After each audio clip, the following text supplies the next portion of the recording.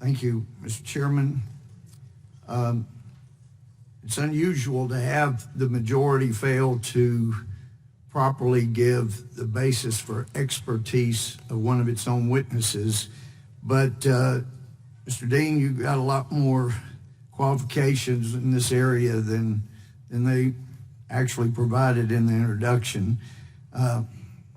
Back when New York Times was more accurate, they reported that in your case, John Sirica, the judge, read the formal charges regarding the conspiracy to thwart the investigation, and he read as follows, that you were suborning perjury, giving false statements and concealing evidence in the trial before Judge Sirica last winter of the men arrested in the break-in, offering clemency to the defendants, paying to keep the arrested men silent, asking the Federal Bureau of Investigation for information, attempting to get the CIA to provide money for the payments. In furtherance of the conspiracy, Judge Sirica continued reading, Dean had committed 6 specific overt acts on or about June 27, 72. He directed G. Gordon Liddy to tell Howard Hunt to leave the United States. He asked General Vernon Walters, the Deputy Director of the CIA, whether the CIA could use covert funds to pay the bail and salary of those involved in the Watergate break-in. He had asked the president's former private attorney, Herbert Kalmbach, to raise funds with which to make the payments to the Watergate defendants.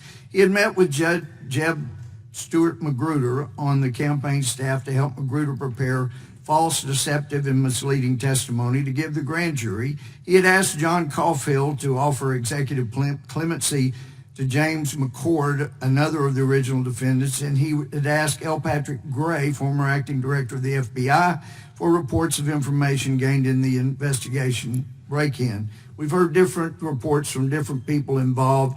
Magruder ended up saying, after different versions, that you're the one that ordered the break-in of the Watergate headquarters, and I see you shaking your head, but did you ever order or convey an order to break into the Democratic headquarters at Watergate Hotel? First of all,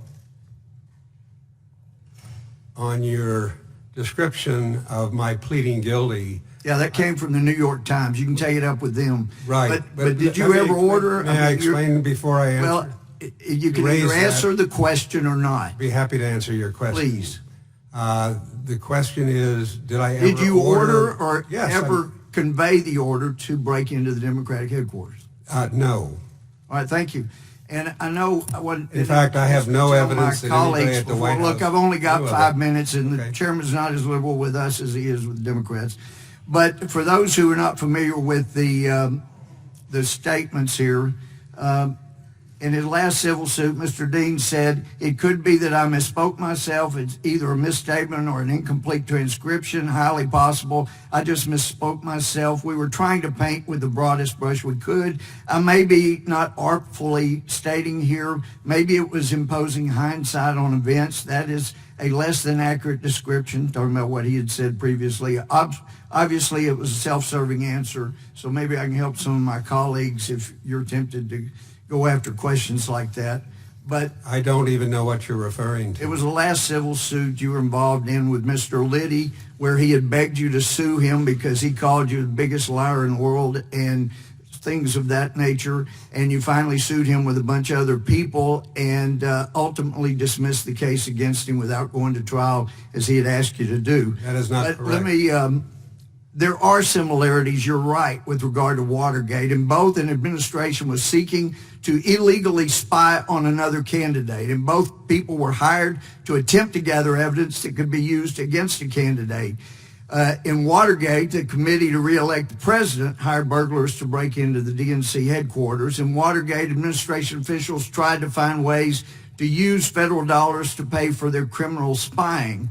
In Russiagate, members of the federal government used the Intel, DOJ, and FBI communities to attempt to defeat a presidential candidate.